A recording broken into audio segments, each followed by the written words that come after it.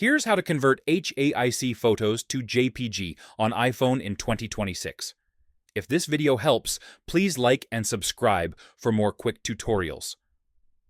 iPhones save photos as HEIC to reduce file size while keeping high quality, but some apps and websites require JPG instead.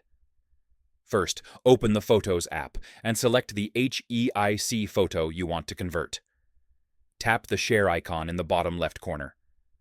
Tap Save to Files, choose a folder and tap Save.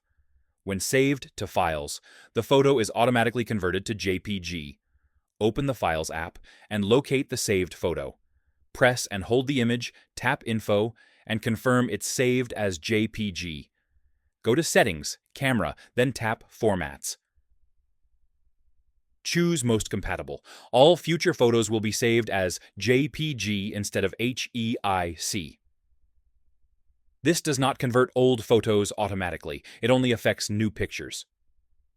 Use JPG when sharing photos via email, websites, or non-Apple devices. And that's it. That's how you convert HEIC to JPG on iPhone. Subscribe for more iPhone tips.